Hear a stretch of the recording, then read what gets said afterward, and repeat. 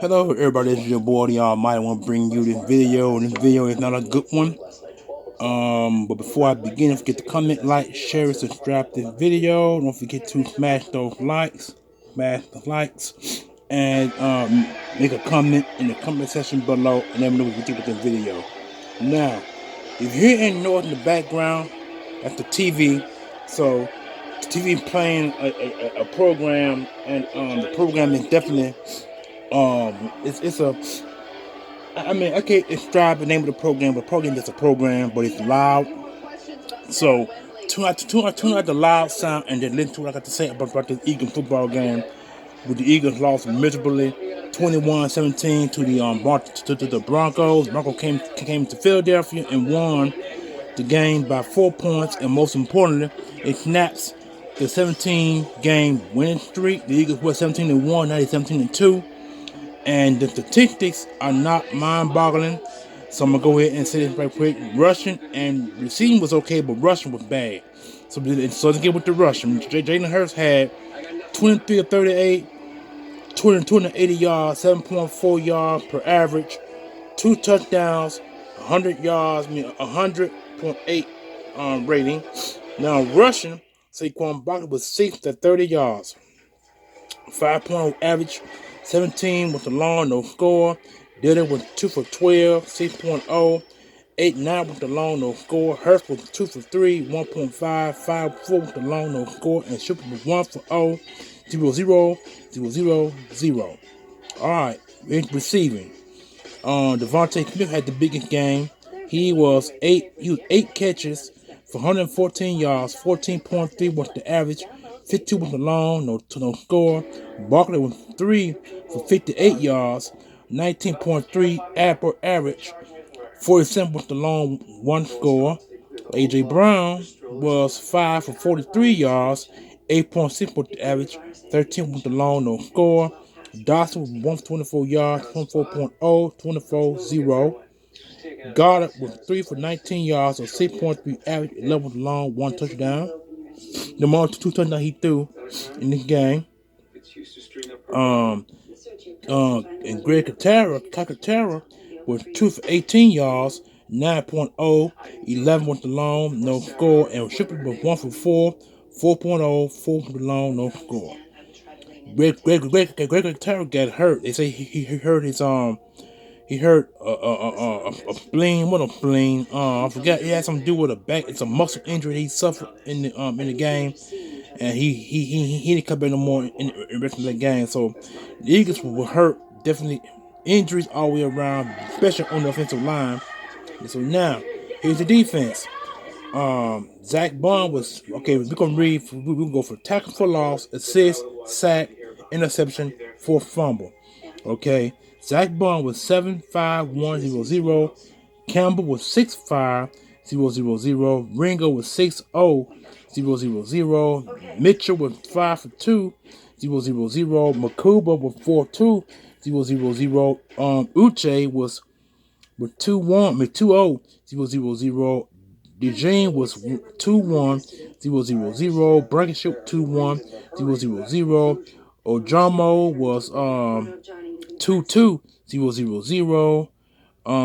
Zach Smith was 1-2, 1 sack.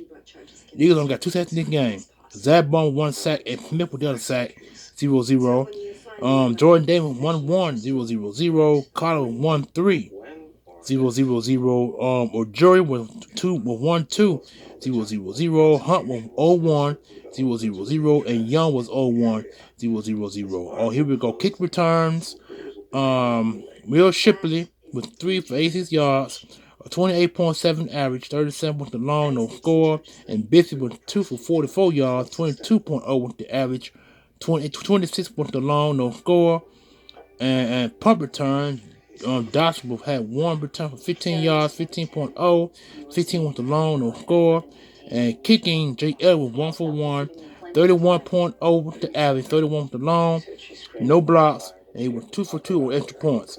And man was 7 for 359 yards, 51.3 with the average, 69 with the long, 2 touchbacks, and no inside the 20. Now, Brian Mann had, I think he had 6 punts. And he had 7 punts in this game. And I think that was the most punts the Eagles had ever had in in a game. And I remember hearing an analyst talk about that. They said the Eagles had not punted no more than 4 or 5 punts. But this game alone, they punted 7 punts.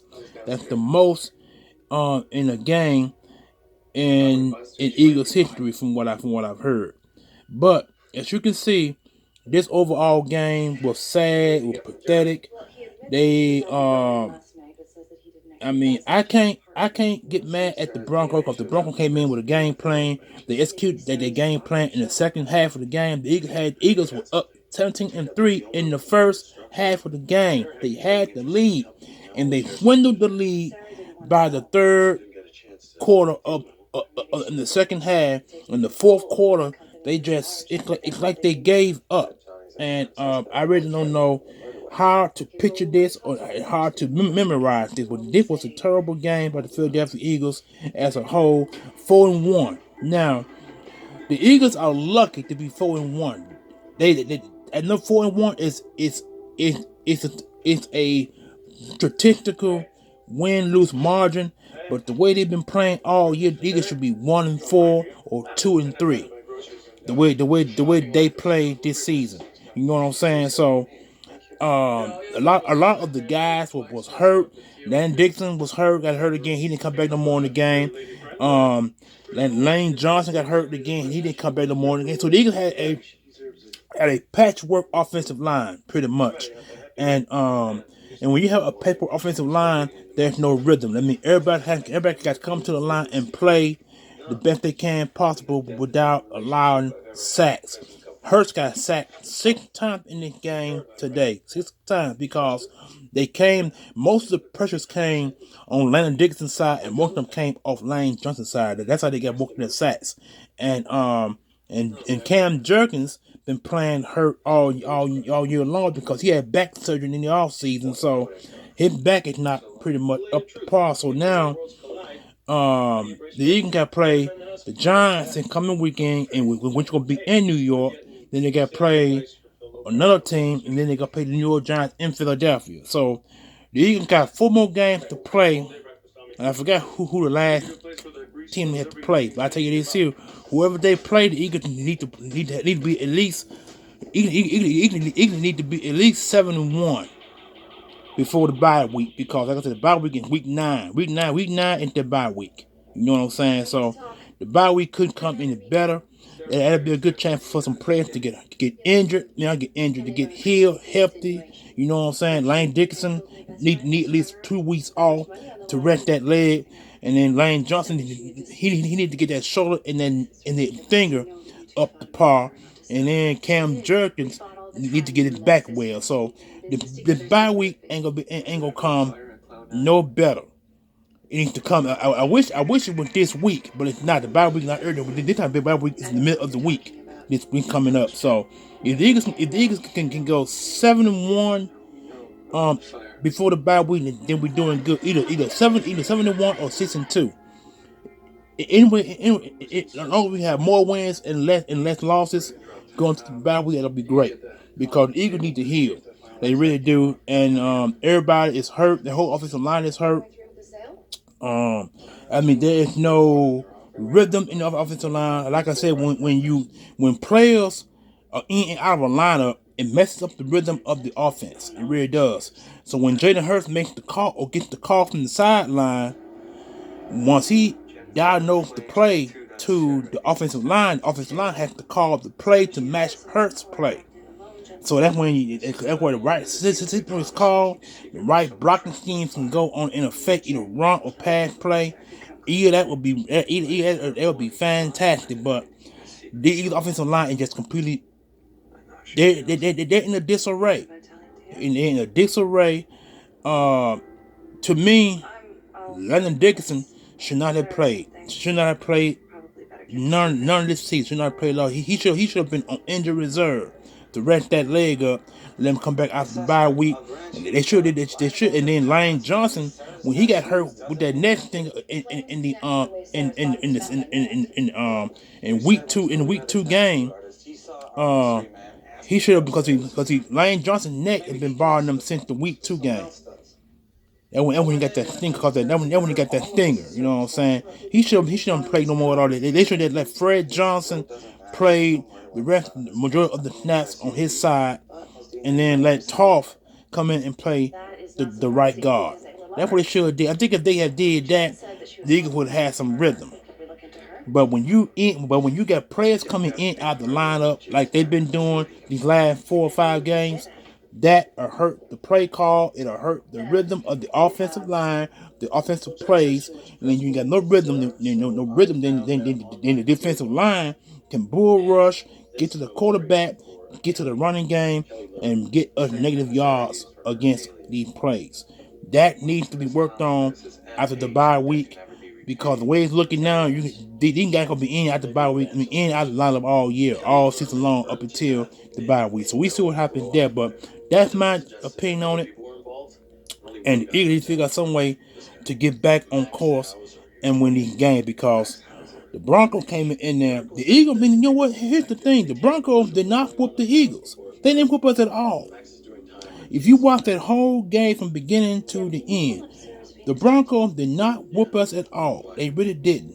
The Eagles whooped themselves by having these guys coming in and out of the lineup on the offensive side of the football. That is what whooped us. It wasn't the Broncos. It was the Eagles. So the Eagles. So overall statistic, this loss goes on the team.